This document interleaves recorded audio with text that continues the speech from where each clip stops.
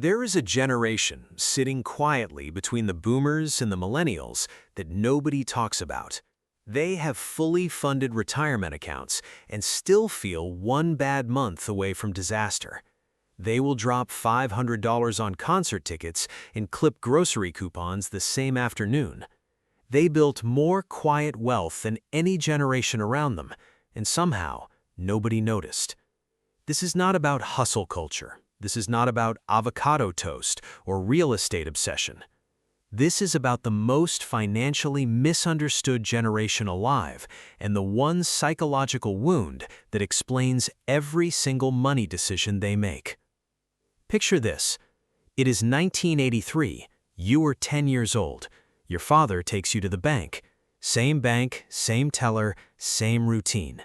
He deposits his paycheck from the same company he has worked at for 15 years. The teller knows his name. He has a pension, a savings account that actually pays interest, a mortgage on a clean timeline. Everything makes sense. Work hard, stay loyal, retire comfortably. The formula works. Now, fast forward to 2008. You were in your mid-30s. You followed every single rule. And you just watched your 401k lose nearly half its value overnight. Your home worth less than what you owe on it. Your company, the one you gave 2 decades of loyalty to, starts walking people out with cardboard boxes in a form letter. People who did everything right. Gone. That was not a market correction. That was a betrayal. And that betrayal rewired how an entire generation thinks about money permanently. Generation X, born between 1965 and 1980, did not become financially cautious because they are pessimistic. They became cautious because they were promised a system, and the system changed the rules mid-game. They learned the formula. They just also learned the formula can be canceled at any time. And every money habit they have today traces directly back to that moment. Here's something that should not make sense, but absolutely does.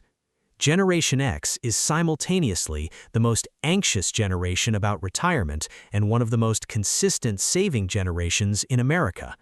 According to retirement studies conducted in 2023, 70% of Generation X reports being genuinely frightened about whether they will have enough to retire. 70%. And yet, they contribute to their 401k plans at rates higher than almost any other generation. They do not believe it will work, but they do it anyway. Psychologists call this defensive pessimism. You assume the worst, so you prepare for the worst, and when the worst arrives, you're already covered.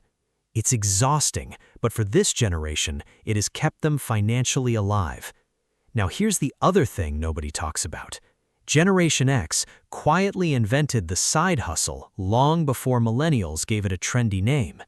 Federal Reserve data shows Generation X carries higher rates of self-employment and secondary income streams than both boomers and millennials combined. But here's the twist. Most of them never quit their day jobs. They're not chasing passion projects. They're not building personal brands. They're building escape tunnels while keeping the main exit open. The Etsy shop, the consulting work on weekends, the rental property on the side. That is not ambition, that is insurance. Because they watched their mother's companies downsize in the 1990s. They watched colleagues who gave 20 years of loyalty get walked out with a cardboard box and a form letter. The lesson burned into every one of them. Never, ever depend on a single source of income. Not because they're entrepreneurs at heart, because they're terrified of what happens when that one source disappears. Here is where Generation X gets genuinely interesting. They are financially paranoid and experientially extravagant at the exact same time. Research from event and lifestyle spending studies shows Generation X spends approximately $3,000 per year on concerts, travel, and live experiences. More than any other generation in actual dollars spent. $3,000 from the same people who will drive across town for a cheaper gas station. That is not contradiction. That is a very specific, very calculated worldview. They save obsessively because systems cannot be trusted, but they spend on experiences because stuff cannot be trusted either. Think about it. Your house can go underwater. Your car loses value the moment you drive it off the lot. Your possessions mean almost nothing when the economy decides to correct itself. But that concert you attended in 1994, nobody can repossess that memory. The market cannot crash your experiences. The bank cannot foreclose on the trip you already took. Generation X quietly figured out something that behavioral economists would spend decades trying to explain. In an unstable economy, experiences deliver better return on investment than things. And here's the other layer to this. They are also the least brand loyal generation when it comes to institutions in corporations. They will leave a Fortune 500 company via email without losing a single night of sleep, but they will drive across town for the coffee shop where the owner knows their order. Zero loyalty to institutions, intense loyalty to people and products that never lied to them. The brands they trusted in their 20s, the ones that did not disappear or deceive them, those still get their money today.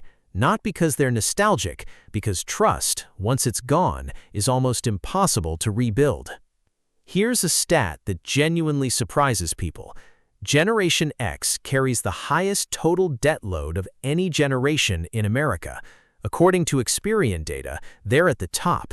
And yet, they're also the most strategic borrowers alive. They'll take on a $400,000 mortgage without hesitation, but they won't carry a $2,000 credit card balance from one month to the next. The difference is not discipline. The difference is control. A mortgage is predictable, fixed payment, clear timeline. You know exactly what you are dealing with from day one to day one final payment. Credit card debt is chaos. It's financial quicksand that compounds quietly and swallows people whole. They watched it happen to their parents throughout the 1980s and 1990s. The lesson was never do not borrow. The lesson was only borrow what you can map to a finish line. Leverage debt for assets that appreciate, real estate, business investments, strategic moves. But financing a couch, charging a vacation you can't afford yet, that's the debt that doesn't build anything. That's the debt that slowly, quietly wins. Now let's talk about financial advisors. Generation X is the least likely generation to use a traditional financial advisor. They'd rather build the spreadsheet themselves, research the funds themselves, manage the portfolio themselves. But they're also the most anxious about whether they're doing it correctly. They don't want help, but they're terrified of getting it wrong. Here's why. They came of age in an era when self-education was genuinely respected. They believe deeply that you can learn almost anything from a book. But they also watched what happened when their parents trusted pension fund managers with their entire financial future.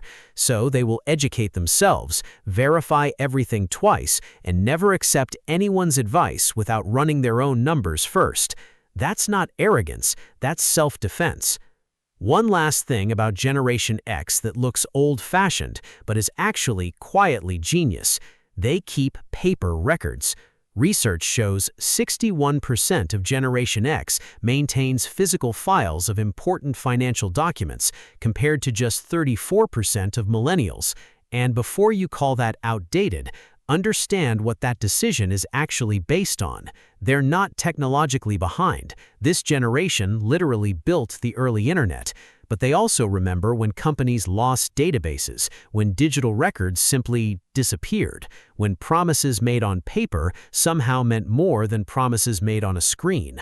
So yes, they use the banking app, they have the cloud storage, they do the online transfers, but there's also a fireproof safe, and a physical folder, and a printed statement somewhere in a drawer. Digital banking app, yes. Paper backup, obviously. It's not excessive, it's called redundancy by design, and it only looks paranoid until the system fails.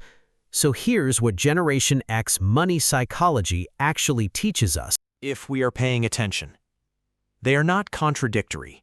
They are not confused. They are not stuck in the past.